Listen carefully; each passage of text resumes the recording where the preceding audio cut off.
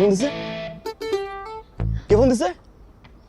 এতবার ডেট করলাম, এতবার মিট করলাম, আজ পর্যন্ত কোনোদিন ফোন আসে না। যাকে বলতে হয়েছে শেষ আসতেছি, এখন কে ফোন দিছে? ডেট করার কথা বলে আমার আল্লাহ আইনা তুমি ব্রেকআপ করে ফেললা। হ্যাঁ, আবার বলতো শেষ আসতেছি। কি ব্যাপার? নতুন কেউ হয়েছে না? নতুন কেউ হয়েছে না? বাইক নিয়ে ঘুরে, বাইক পছন্দ হয়েছে, বাইক পছন্দ হয়েছে না, অপেক্ষা করতেছে ব্রেকআপ করে আয়, ওয়েট করতেছে না। ও আল্লাহ ঠিক করছে, আল্লাহ রে আল্লাহ ঠিক করছে। আম্মা আমার ঠিক করছে, দোকান দিছে, দোকান দিছে রে, দোকান দিছে। কারে আমি বউ কইছি, কারে আমি জান কইছি, কারে মুখে রাখছি, সে তো বাইকের ভিতরে উঠছে। ছেলেকে এই যে তোমার এইসব কারণে আমি তোমার সাথে ব্রেকআপ করছি।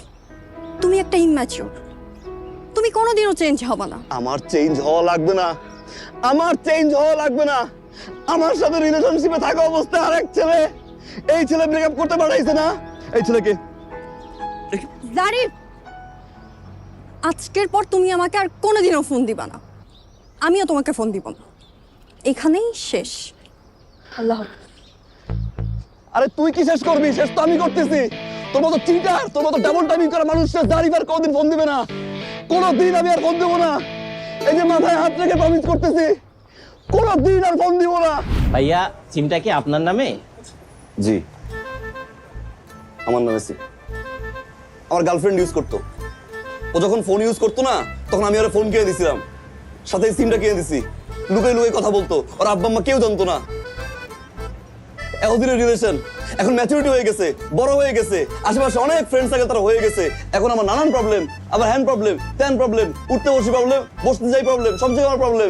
এত প্রবলেম আর প্রবলেম। ব্রেকআপ করবি, ঠিক আছে তুই কর। জোর করে তো কারো মন পাওয়া যায় না, দেহ পাওয়া যায়। অত দেহ দরকার নেই, আমার মনটা দরকার ছিল। সেই মনও আমার দিবে না, দিস না, সমস্যা নাই, ব্রেকআপ কর, মিচুর ব্রেকআপ কর। আরে কান্নাকাটি করে আমি তো গেছি ব্রেকআপ করতে, ঠিক আছে ফাইন, শেষ করে এখানে। তারপরে যা 6 মাস গ্যাপ দে, তুই কষ্টের গান শোন, আমিও কষ্টের গান শুনি, তারপরে রিলেশনশিপে যা, সেটা মানানো যায়, বুঝানো যায়। ব্রেকআপটা করতে পারলো না, সঙ্গে সঙ্গে ফোন দিতে, ফোন দিয়ে পাশ থেকে বলছে তুমি কোথায়?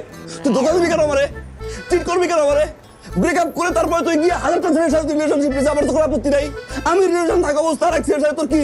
আর এক ছেলে তোরে কেন ফোন দিবে? কেন তোর কয় ফোন দিতে হবে? জাস্টিস আমি এখনই ভাই বুঝছি ভাই, আমার চাকরি যাই যাক, আপনি এক্ষুনি ফিঙ্গার দেন ভাই।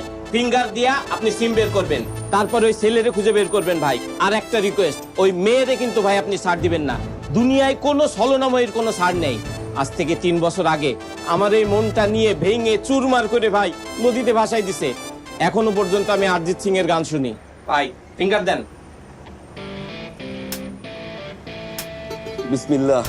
এই কল দিছস না? কল দিছস। এই বাইক থেকে নামাইছস না?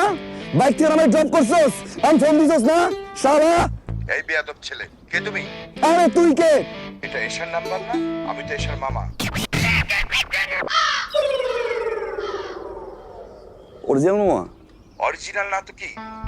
তুমি কে? কথা বলছো না কেন? তুমি কে? আসসালামু আলাইকুম মামা, আমি তো এসার হাজবেন্ড। হাজবেন্ড মানে? এশার আবার বিয়ে হলো কবে? কালকে 8:59। আপনি কই ছিলেন? এশার বিয়ে হয়ে গেল আর আপা আমাকে জানালো না?